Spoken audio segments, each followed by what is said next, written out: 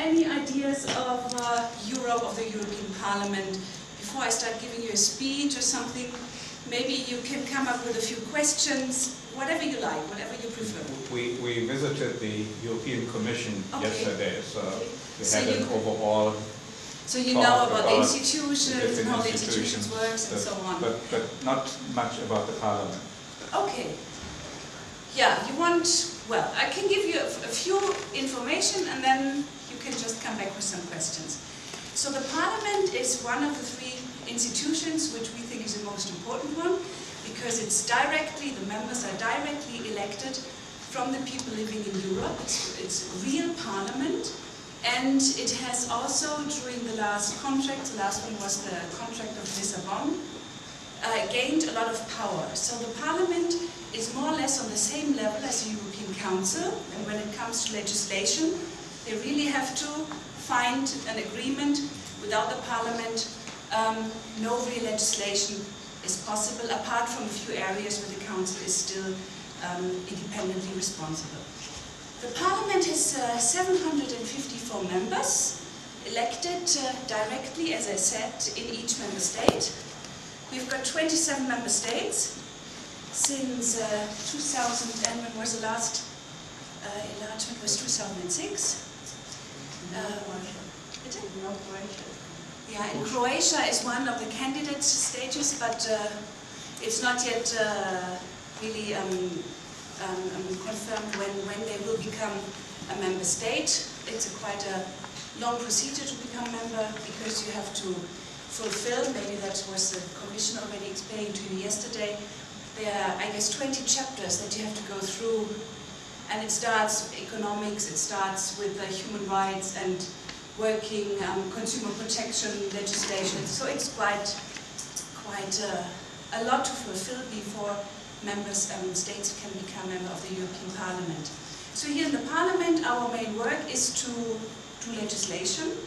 So we have got 20 committees, and each member of the Parliament is a member of 2 or maybe 3 committees, where we really start from the scratch creating European legislation. So, to give you an idea, the Commission normally comes up with a proposal. The Commission is the biggest institution, and they are also monitoring what is happening in all the areas where we have power on European level to harmonize things. So they are monitoring where there might be a need for legislation, or where there are cross-border barriers which need to be tackled or whatever. So then they come up with a proposal for a directive or a regulation, and then it lands here on our desks, and then it's up to the members of the European Parliament to go through it, to really, it's difficult to explain, but to really read it and understand what does the Commission want. Then the members, they meet stakeholders, they meet politicians, they meet people from the lobby side, and really try to find a balanced approach to this piece of legislation. Then in each committee there is one member elected who is responsible for this dossier. This person we call rapporteur. So, and he is really dealing with, first of all, everybody from outside the Parliament, as I said, politicians, lobby and so on. But he also has to find a line with all the members in the Parliament to an agreement that when we vote at the end, that we have, let's say, a result where we all can stand behind. So then we have delegations. Of course, as a Parliament, the European Parliament is in contact with more or less every country in the whole world, and we have parliamentary delegations visiting each other and exchanging views and positions and so on. And that's so far, let's say, the core issues what the Parliament is doing. The committee work is really the basis, and then we have delegations also which go outside Europe. So maybe if you have a few questions. Yes, please. The representation is compensatory to how much the population is. So our Parliament representative is here. What part of Germany? Is she from like the Bayern state? Does she represent the Bayern people, or? So she comes from Rhino-Palatine. We have got 16 member states, or 16 states in Germany, and we have, it's Europe is, we have a whole system concerning on the, as you say, on the amount of population, Exactly. each member state has a number of seats in the European Parliament.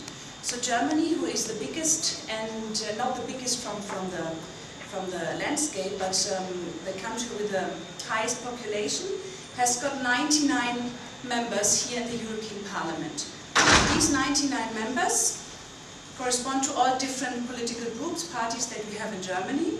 So we have 42 from the Conservatives. Mrs. Colin-Langen is from the CDU, the Christian Democrats in Germany. And sorry, I'm not nervous. It's just I'm a bit struggling with my breath because it's my last week at work. So Germany has 99 members. She's one of them, and she comes from Rhino-Palatinate, which is southwest of Germany.